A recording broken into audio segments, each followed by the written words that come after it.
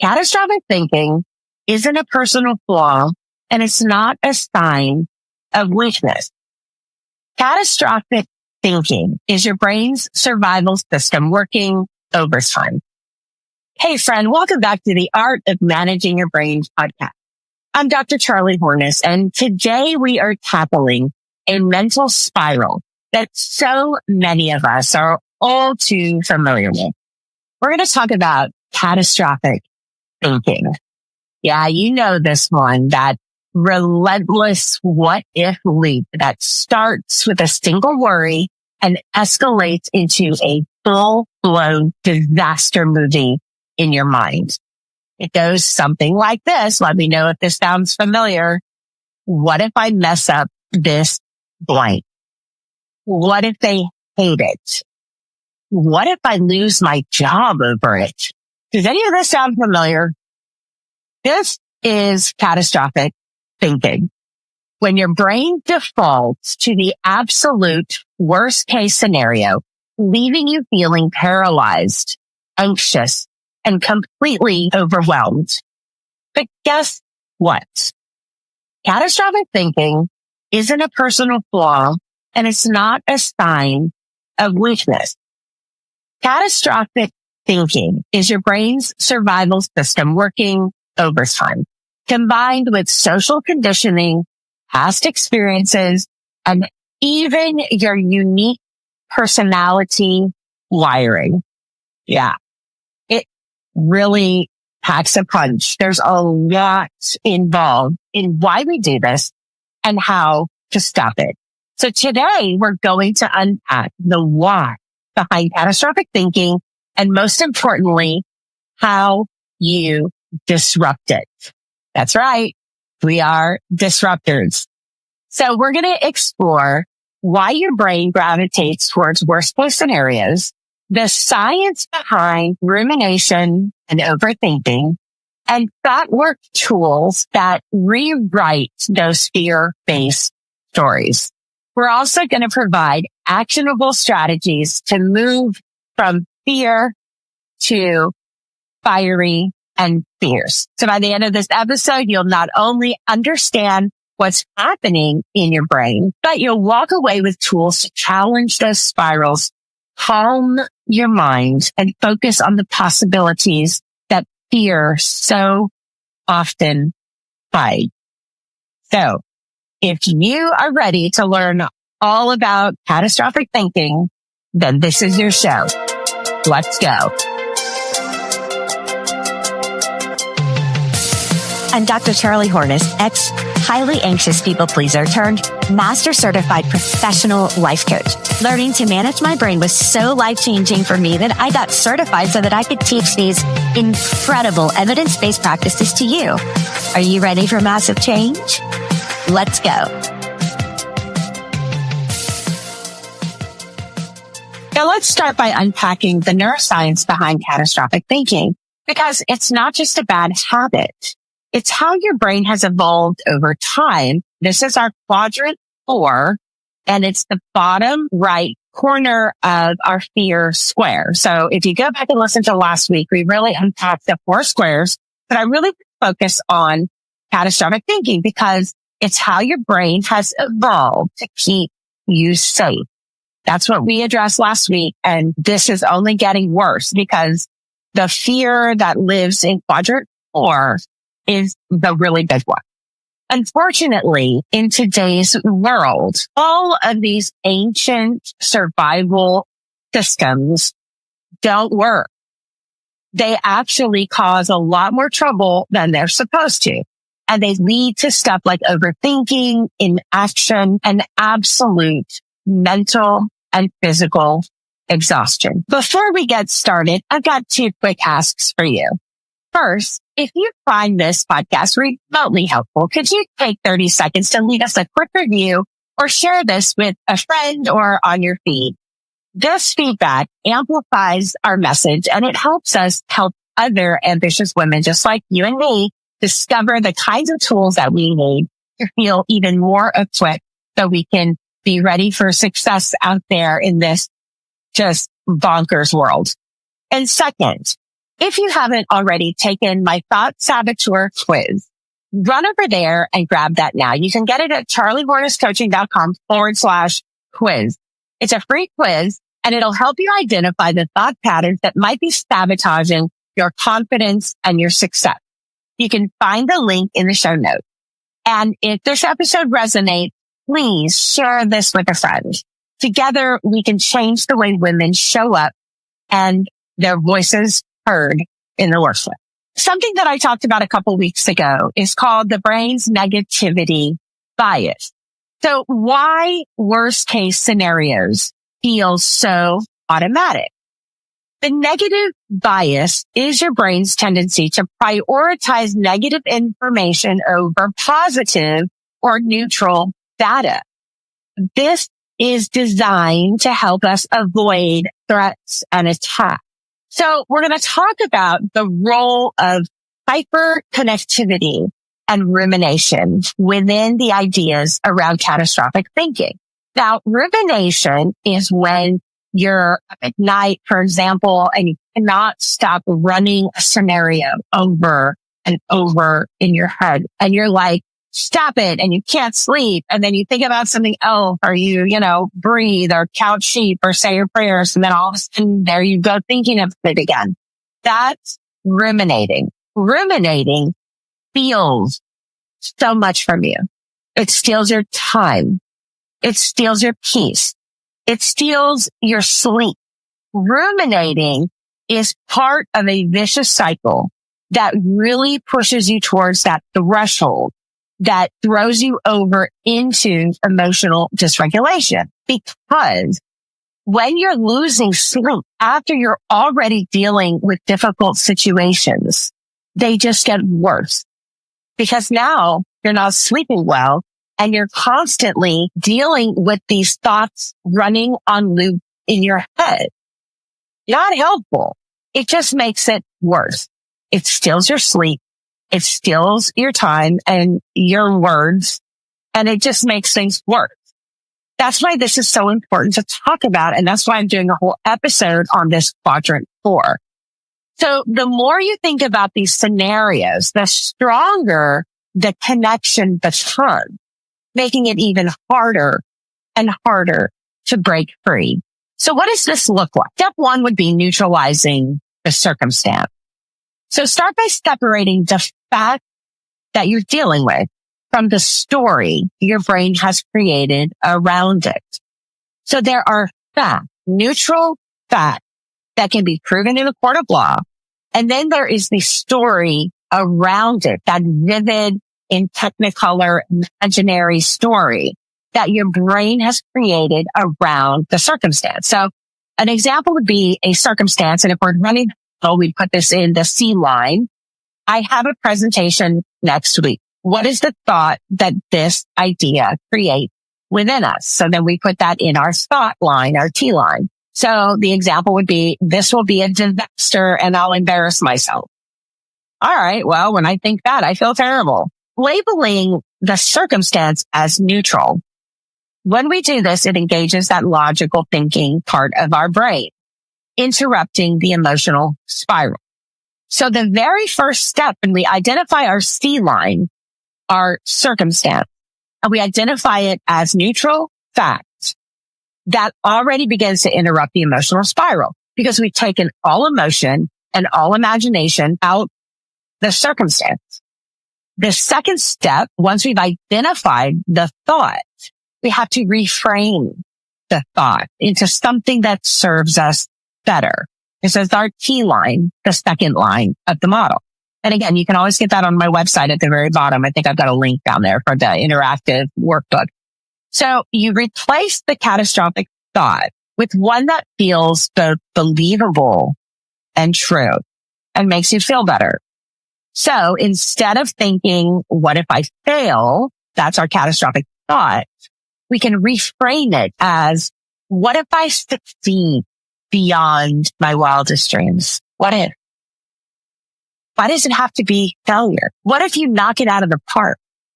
What if you start to dream the biggest dreams you can possibly dream? What if you are so amazing at this So we have to engage the thought ladder here. So maybe we can, if we like that thought, what if I succeed beyond my wildest dreams? I have to think about, well, what do I have to do in order to feel the way that thought makes me feel? So we can incrementally change our narrative. We can say something instead of, what if I fail? Like, it's possible I'll deliver a presentation that connects with my audience. It's possible that I'll get all my facts straight. It's possible that I will deliver a presentation and nobody will throw tomatoes at me. I mean, neutral, right? Incremental change as we dream our wildest dreams. Because when we reframe the activities, the brain region ties optimism and creativity, that medial prefrontal cortex, and it helps you shift focus to possibility over threats. We have got to live in possibility, the overabundance of the possibilities that are out there, the wildest dreams we can dream. And all we have to do is change our thought. So how do we resolve this effect we're talking about? So our step would be to close that mental loop by creating a plan, a concrete plan. So you would write down your catastrophic thought and list 3 actionable steps you can take to feel more prepared or in control. So once you've identified your thought that is not serving you, and you see the feelings and vibrations that that thought is causing in your body that you do not like, you reframe the narrative into something true and believable as you live in abundance, as you live in possibility. But give yourself something small on that thought ladder. So instead of, what if I forget what to say? We can create the actions that are going to supplement that feeling we want and that thought we want to have. We can create note cards with key points. We can rehearse this with somebody listening to us. We can record a practice session and then review it and see what we think and not be so critical on ourselves. The planning, the action that leads to the result you want, which is the A line and the R line at the end of the model, this reduces that sense of uncertainty that fuels this horrible sense of fear that we live in this 4th quadrant. This gives our brain a better sense of control. But you can see how you can work the model frontwards or backwards. Fill out any line. Are you getting a result that you don't like? Well, what action are you taking? Back it up to the A line to get the result. Well, what feeling are you feeling that is creating the action that's giving you the result? Okay. Well, what is the thought you're having that's creating the feeling that's creating and fueling the action that is giving you the result that you don't like? And what is the neutral circumstance that you're interpreting that's giving you the thought? And the thought is not real. So instead of thinking this, ask yourself, how would you rather feel? And then what do you have to think in order to feel that? And then when you feel that, what does that cause you to do? What is your plan now, right? Planning to get the result that you want. That's working the model backwards and forwards. Fill out a line, work it forward, work it backwards. Change the thought. So we're going to look now at some bonus tools. And the first one is counterfactual thinking for resilience. So what's counterfactual thinking? This involves imagining alternative outcomes to build your resilience. So instead of fixating on the failure or the results, practice imagining how you'd recover and grow. So this is like countering the what if scenario. What if you fail? I mean, that is an option, right? It is a possibility that you go up there and you face plants. What if? How can you recover and grow? How can you embrace the fact that your thoughts and other people's thoughts about what you are interpreting as a failure, the way that's a thought, it's an opinion. Failure is not a fact. At what point do we draw the line between success and failure? Where's the line? It's totally subjective. But you have identified a thought that you fail. And it's possible something happens that, you're going to have a thought about. I failed. So what can you do instead to recover and grow and start to reframe that situation? For example, okay, if the presentation doesn't go perfectly, again, a subjective thought, I'll still learn something valuable and I can adjust for next time.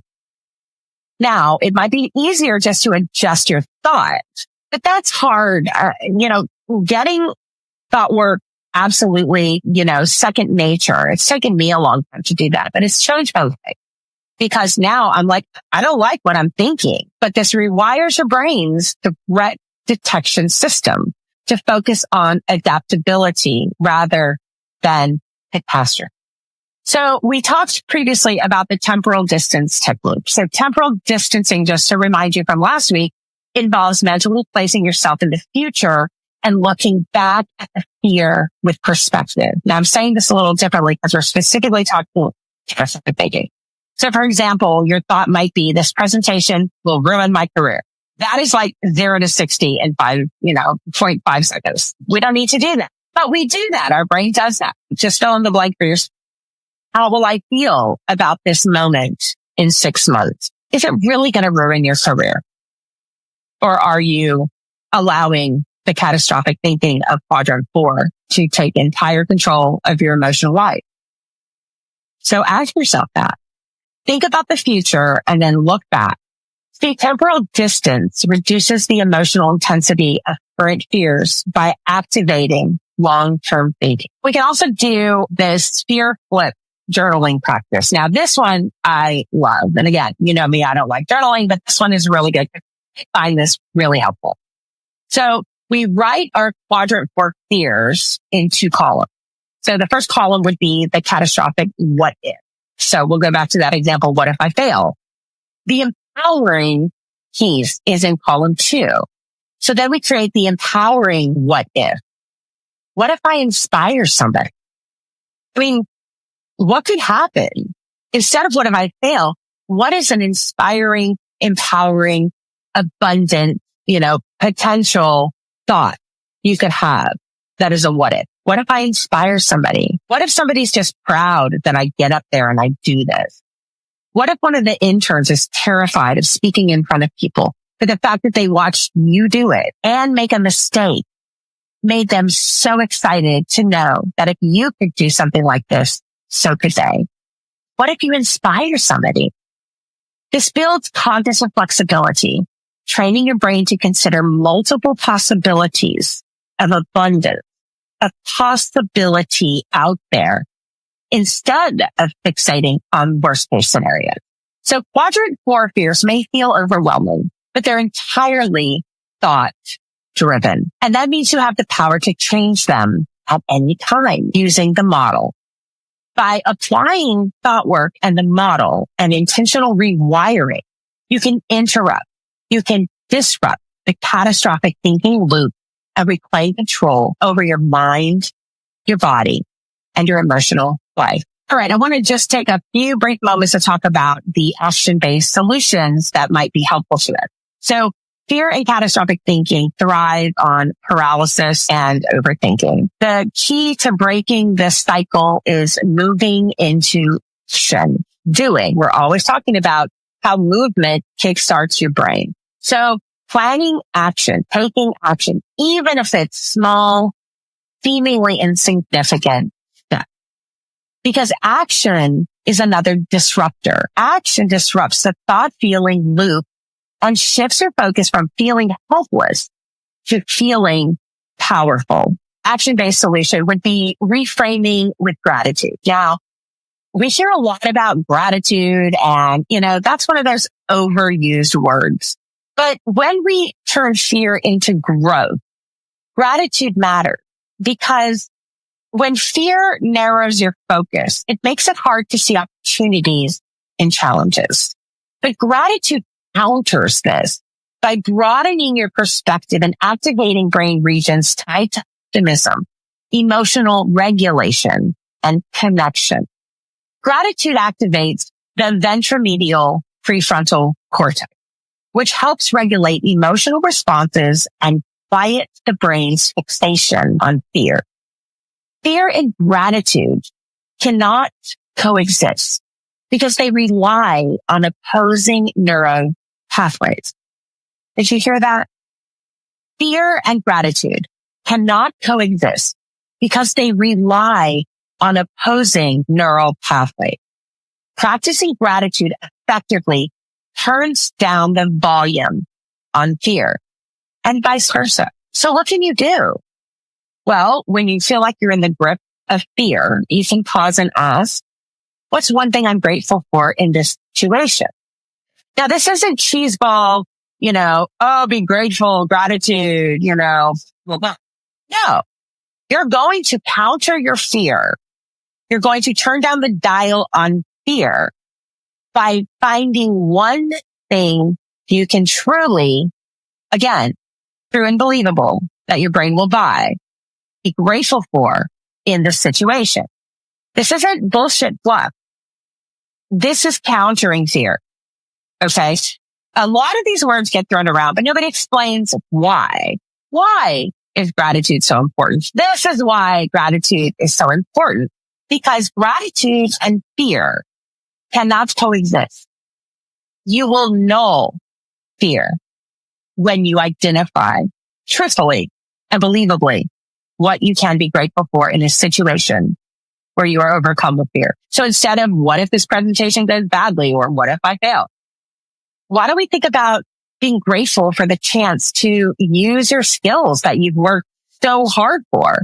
Share your ideas, practice your skills, screw up and see what you can learn from it. I mean, how many times do I have to say, go out there and mess it up? Because that's how we grow and learn. We shift the focus to growth. Even if this is uncomfortable, it's teaching me resilience in high pressure situations. That's a reframe, right?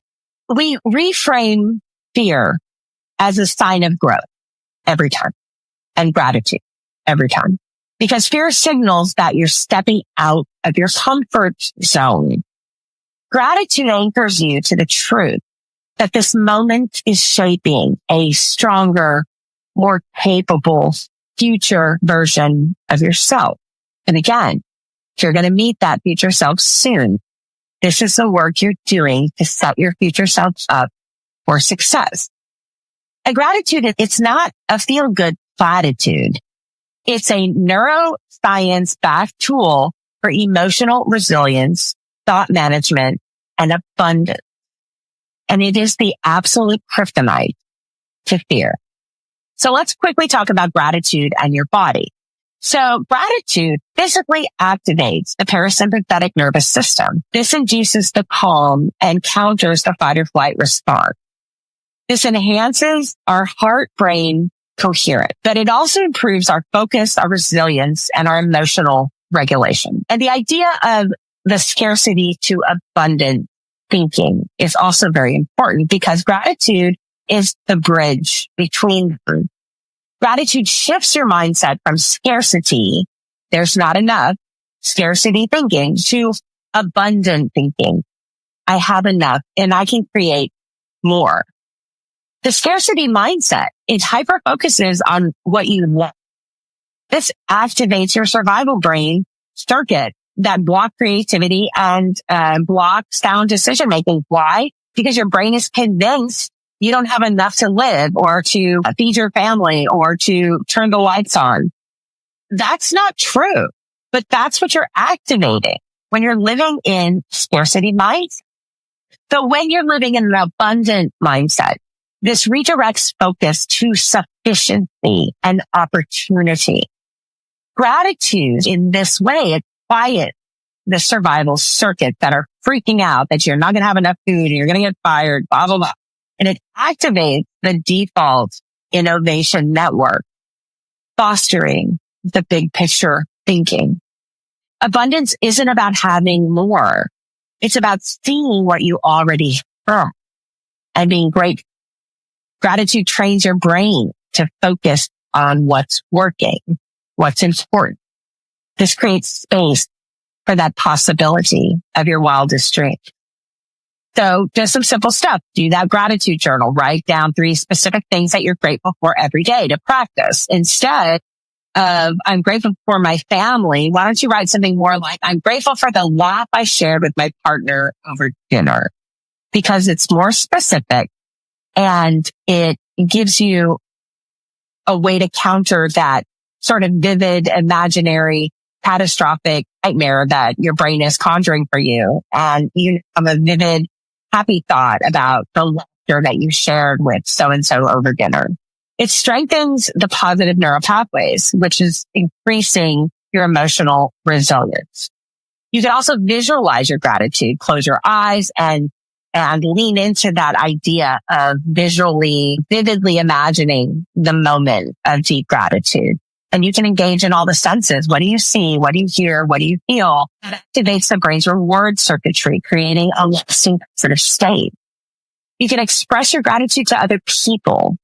Now that's hard sometimes, but letting somebody know you're grateful for them is powerful, and it's a gift to them too. Sharing your appreciation with someone who has positively impacted you is going to also boost your own oxytocin level and enhance your trust and connection. And it's going to do the same for somebody else. And we also can reframe our challenges with gratitude. When we're facing difficulty, let's ask ourselves, what is this teaching me? Or how can I grow from this? For an example, this challenge is helping me build resilience and adaptability. Gratitude is a transformative practice. Gratitude doesn't just make you feel better. It changes your brain. It rewires your mindset, and it fosters your resilience, and it turns you into a powerful, fierce badass. Yeah, it does. So look, gratitude isn't proof of what's already perfect. It's the evidence of your capacity to create abundance and possibility in every thinking situation. So throw out the I failed or I'm going to fail, and let's start dreaming your wildest dreams. You can also do some future self visualization. Now, this is just acting as if you've already overcome whatever the challenge is. And this is a positive tool that primes your brain to believe in your ability to succeed. So just imagining you're navigating fear successfully, you activate the same neural pathways as if you were actually doing it, which increases confidence and reduces anxiety. Now, again, this is a counter move. When you are living in vivid nightmare, rumination, what if, you are seeing it in vivid color, right? You are feeling the feelings of fear that are vibrating through your body, keeping you up at night. But what if you start to visualize, imagining yourself successfully navigating the situation in vivid color? That is going to activate the same neural pathways, but in the positive way, as if you're actually doing it. And then you'll have the same feelings, but in a positive direction. You can't always control the situation, but you can always control how you reset the situation, what you think about the situation, and how you feel. Calming your body reminds you that fear doesn't have the final say. You have the final say. Your thoughts do not have to control you. Your thoughts do not have to identify the feelings you have to live within. You can change your thoughts and change your feelings. You teach your brain that fear isn't the boss. You're the boss. Like the boss, right? Fear is just a signal from your brain. And it's a signal that you're stepping into something important, potentially an opportunity for growth. So I challenge you to choose some of these tools and apply them to the fear that you may be facing this week, because every step that you take builds the neural pathways for resilience and for confidence. So don't forget, fear thrives in the shadows of the unknown. And when you let your mind run rampant, your brain will fill in any gaps that are unknown with worst case scenarios. Your brain latches onto uncertainty, magnifies it, and convinces you that the worst case scenario is inevitable. It's a lie. It doesn't mean to lie to you. It's just how it's made. But this is what's happening. Fear is only as powerful as the story that you attach to it, to the thought the fear is generating. When you name it, when you challenge it, and when you take those small intentional steps forward, you disrupt its hold and reclaim control over your narrative. So here's your homework for the week. I'm challenging you to identify one catastrophic what-if thought. Just one. Write it down exactly as it plays out in your mind. Then flip the script. Rewrite it as a neutral scenario. So for example, what if this presentation goes terribly? We're going to flip it. This presentation is an opportunity to share my ideas. Rewrite it as a best case scenario. For example, what if this presentation leads to new opportunities and recognition for my work? What if this opportunity inspires somebody who's terrified to speak in public? See, every time that fear resurfaces, remind yourself of your new intentional narrative. It's going to take some time. You're going to screw it up. You're not going to remember in the moment. The more you practice, the better you'll get at it. Watch how your brain begins to look for evidence that aligns with stability instead of panic. So you can rewrite your own story. You engage your prefrontal cortex when you do this. This is the decision-making center of your brain. By consciously choosing a new thought that serves you, you override the automatic fear-based responses generated by your limbic system. This is where you step into that role. You get in the plane and you get up there and you look down and you observe, not react. You observe your thoughts. You observe how they're creating feelings within you. You can decide, do I like this? Does this serve me? And you can change it at any time. Intentionally choosing thoughts and feelings that serve you. And you reframe the fear. Instead of treating fear as a stop sign, you can view it as a compass. Fear shows up where growth is possible. It's a signal that you're stepping into something meaningful. If you can see through the fog of the fear. See, fear is not your enemy. It's simply a vibration in your body. What you do with it is what defines your result. All right, my friends. If this episode resonated with you at all, I hope that you will take a moment to share it with somebody who needs these tools. We are all navigating our own version of fear. And sometimes just that simple reminder from a friend that fear is not the boss of me can be life-changing. And also don't forget, if you are interested in figuring out what is sabotaging your success, run over and grab my Thought Saboteur quiz. It's free and it's designed to uncover patterns that are holding you back and give you the tools to shift them. So you can find it at charliewarnescoaching.com/quiz. And here's my final takeaway. Fear doesn't have to hold the pen. You are the author of your own story. You get to write it and you get to rewrite it with intention, with curiosity, and a belief that the best case scenario is not only possible, but likely. So move away from the belief and thought process of scarcity and move into thinking abundantly. All right. Thanks for joining me today, and I will see you next week.